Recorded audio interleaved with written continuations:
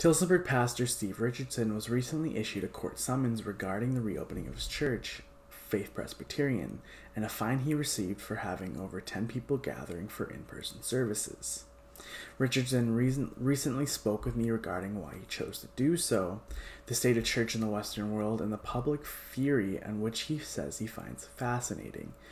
When asked about why he thinks big box stores are given the pass and that the government wants churches closed, he had this to say. For instance, not long ago, just the other week, I heard a talk show host answer a phone call, and the caller asked, okay, why is it that you are so hostile to Trinity Bible Chapel for opening and yet so favorable towards schools opening?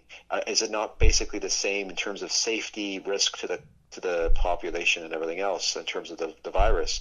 And his answer was stunning. He said, well, the government allows the one and forbids the other. So in other words, they say it's safety, but what they're saying is the government decides what's safe and what's not safe. The government decides what's right and what's not right. And so when it comes to the box stores and everything else, I don't know if there's a hidden agenda there. I do think that there's certainly principalities and powers at play, and you understand what I mean. I mean, we're talking about Satan and his demons. I don't know what the hidden agenda is in all of this, but certainly it is fascinating to see the public fury. The Charter of Rights and Freedoms clearly states that Canadians have the right to their fundamental freedoms, with the freedom of religion being one of them. I asked Richardson about this, and he told me that many think that their freedoms are not being interfered with. He begs to differ. Yes, absolutely, because we have guaranteed under the Charter the freedom to practice our religion without interference, and at the moment we are being interfered with. And so I've heard actually the question, well, some people would say your religious freedoms are not being interfered with. The irony, of course, in that is that those are people who are not familiar with our religion. They're people who wouldn't even be able to recite the Ten Commandments. So the simple truth is that we have a duty to obey God.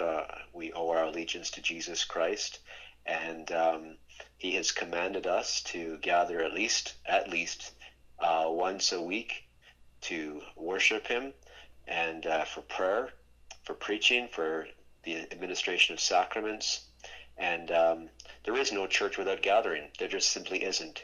His court summons is coming up on April 1st, and he says he plans to challenge the constitutionality of these restrictions. I have a legal representation, and we're planning to challenge the constitutionality of what's happening. So this is, in fact, the implications, I think, of this case are going to be far-reaching. I know it's not just going to be about whether I have to pay a fine or go to prison or something like that. It's going to impact others, I think, across the province. You can read and listen to the whole interview at divergemedia.ca, and if you're able to help support our work, please visit divergemedia.ca/donate-to-diverge. Thank you.